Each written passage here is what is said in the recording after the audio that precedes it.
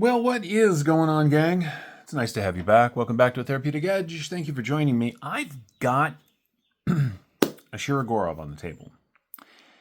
And I am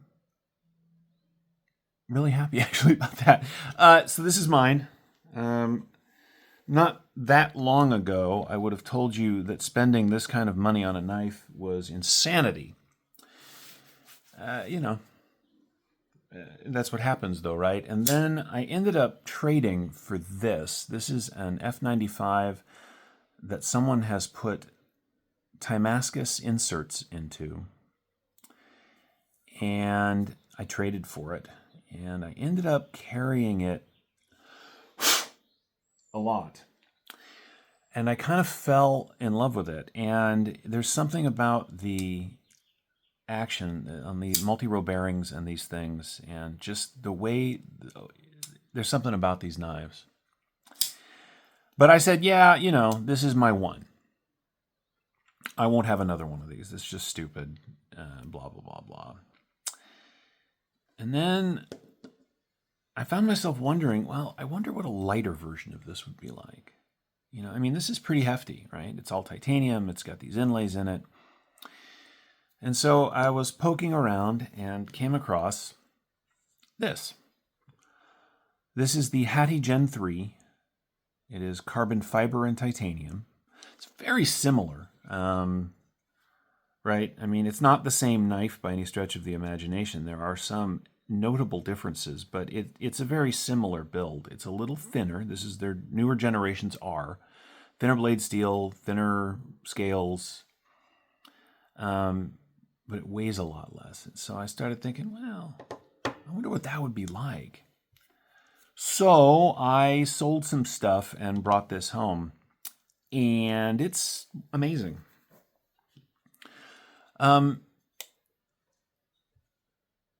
Yeah. So let's take a look at what you get for your $1,100. Yeah, that hurt to even say out loud. But... when I got into this, Shiro had been around a long time, and you'd read about stuff like this or watch a video, and people be talking about how, well, it's all these little things that make the difference, right? You kind of have to have one to understand. And I was like, that's stupid, man. I will never spend more than $250 on a knife. Yeah, turns out I will. You don't have to, but I will. If I find something I really like, I'm willing to go out on a limb for it at this point. I really like this. I really do. It's got a different style of jimping than the F95. Like I said, it's a little thinner, both in profile and in blade stock. It's got a half-length tie back spacer. It's got a lanyard hold into the backspacer instead of the more traditional Shirogorov through one side of the scale. And yet it manages, got almost the same blade, right? Very similar. Although this is even a little slicier because it's thinner stock. Yeah. Okay, so let's take a look at what you get.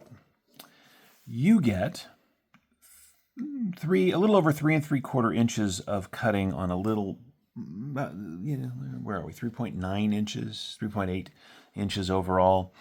The bottom of the plunge and the top of the scale here are pretty much in line. So just shy of 4 inches of M390. From behind that flipper, you're talking about 4 full inches of grip. And because of the way this is shaped, it is absurdly comfortable. Action is excellent on multi-row bearings. The blade's a little lighter, and so it doesn't drop. It's smooth. But its big brother here, the F95, because of the slightly heavier blade, just a little difference. Right, that click. Still uses their technically proprietary screws, although that is just a standard Torx. But really, this is just a flathead. I would take the sharp edges off the flathead before I used it, but it's just a flathead. There is no liner on the show side, so it's just titanium. It's just carbon fiber, but it is really pretty carbon fiber. They make some really funky versions of this. I wanted a daily user. I wanted something a little more plain, and that's what I got. Closed length, 5 inches even. In the pocket, you know, it's got a flipper tab that's jimped, so you're going to be banging stuff a little bit, but we're talking about 1.25 inches. You know, it's a relatively lean carry. Pocket clip is very nice, as it is on all of the Shiros that I've had a chance to see. If we get a piece of paper up in there, you can see there's just not a lot of knife sticking out, which is a nice touch. Now, I said that it's thinner blade stock. Let's take a look. Are we zeroed? We are zeroed. So this is 3 millimeters. And the F95, let's get to the thickest part, which is right here.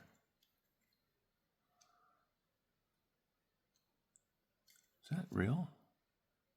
It's 3.8. No? Yeah, 3.9 millimeters. So they shaved off almost a millimeter of blade stock. But then again, the scales are equally thinner, right? It's a lighter carry. Tip to tail, 8 3/4. It is a full-size knife, to be sure. I'm not going to tell you to go out and get a Shiro, because that would be stupid. You can get really good knives for a lot less money. You can get fantastic knives for, you know, $200-300.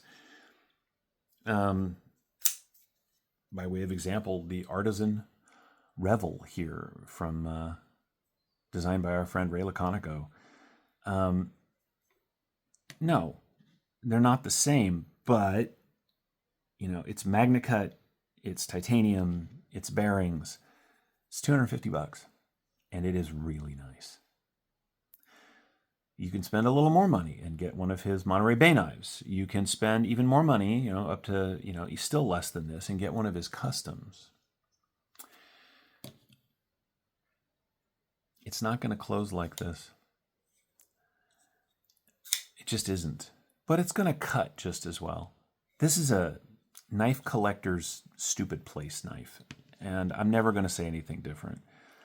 Now, people that own these get really offended when I say stuff like that. No, you just, you know, oh man. But here's the thing, you other owners. I do understand. I've got 2 of the damn things. But that doesn't necessarily mean that everybody's going to get that.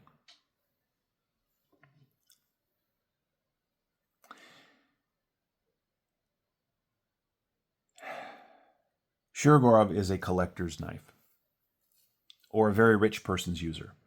I'm neither. I mean, I'm a collector, but I had to part with a lot of stuff in order to bring this home. I had to part with a lot of stuff to bring this home. I used to have a really deep, because I do this, I used to have a really deep sort of mid-range and budget knife collection, and I don't anymore.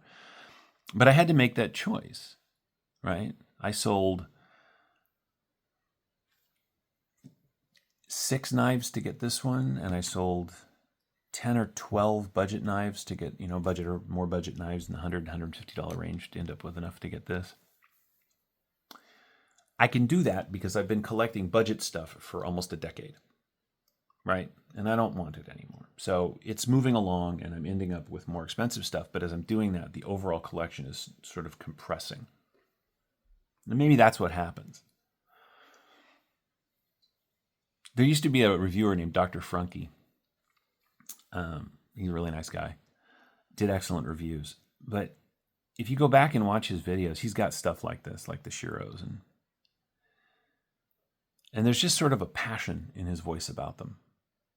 And when I was first doing this and first ran this channel, I didn't get it. I couldn't. But as I have moved along, I still can't really afford it. But I understand it. There is a point at which accumulated evidence, the accumulated reality of the amount of time spent designing the interface between like where the pivot sits on the blade and the ball bearings, how they interact, and how long the blade is versus, you know, how much tension you put on the pivot. All of that sort of starts to come together in a way that a really nice $200 or $300 knife isn't going to bring forward. I've got Riots that cost $400. They're amazing, right? I've got a Wii on the table that I'm going to review in a little while. This is the high fin. This one's a fancy version, mind you, but this is a fantastic knife. And I've held the standard XL. You get your money's worth out of this for sure. You only get your money's worth out of this if you really want one. Because if you're buying it because you expect it to do anything $600 better than one of these, you're going to be disappointed. But once you've had one of these damn things, at some place they just start to make sense. And that's where I'm at. I'm not going to buy 10 more of them. I'd have to sell my entire collection. I'm not going to do that. Yet. Let's weigh it. Oh, being a knife collector is, as I have said many times, a stupid thing. I love it, but it's dumb. All right, the Hati Gen3 is 3.8 ounces. Its big brother, the F95, is, did I say 6? Yeah, it's 6 ounces. So this is, yeah, 2.2 ounces lighter than this one. Now, part of that is the tie scale, but also it's just the smaller build overall. I cannot tell you to go buy a Shirogorov. I can tell you that if you don't think you want one, don't play with them. Don't borrow one from a friend. Don't pick one up at a show. Because once it gets into your head, you may go from laughing at people that spend money on these to owning 2 of the damn things. I don't. I really like the Shiro. I like them both. I'd like to try a Shirogorov 111, the 111 that just came out. But they're the kind of knives where I don't know people that have a collection of Shiros. So, in the meantime, I'm going to enjoy both of mine. And for whatever it's worth, unlike some very fancy knives, this one I got pretty beat up, so I don't care. I carry this thing all the time, right? And don't get me wrong, I'm not throwing it at the ground. This one just drops in my pocket and off we go. Could I afford to buy another one tomorrow? Absolutely not. But, you know, for me at least, if I'm going to own them, I need to be able to carry them. Now, that doesn't mean I'm not a use your shit guy. Carrying a knife for me literally means it goes in my pocket and I may open a package or cut some string or something with it. I'm not out there chopping through wood with it. But they do end up in my pocket and they do end up getting carried. What the hell is that? That was evidence of that. I think there's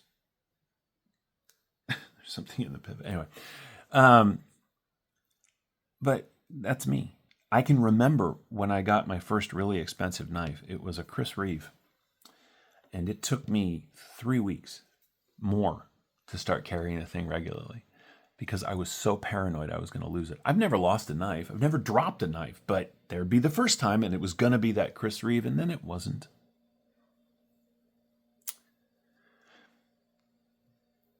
If you've been thinking about getting a Shirogorov and you're in the place to do it, without it causing you harm, without it, you know, I can't buy groceries this week because I bought it. Don't do that.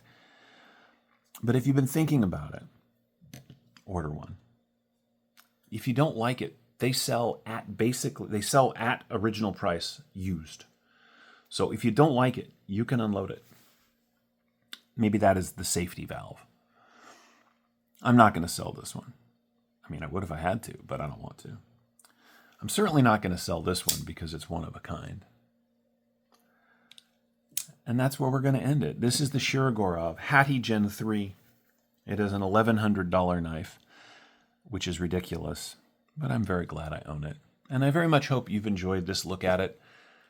and my little ramble through knife collector mentality. Beyond that, remember, gang, take care of yourselves and take care of each other, and we'll see you next time.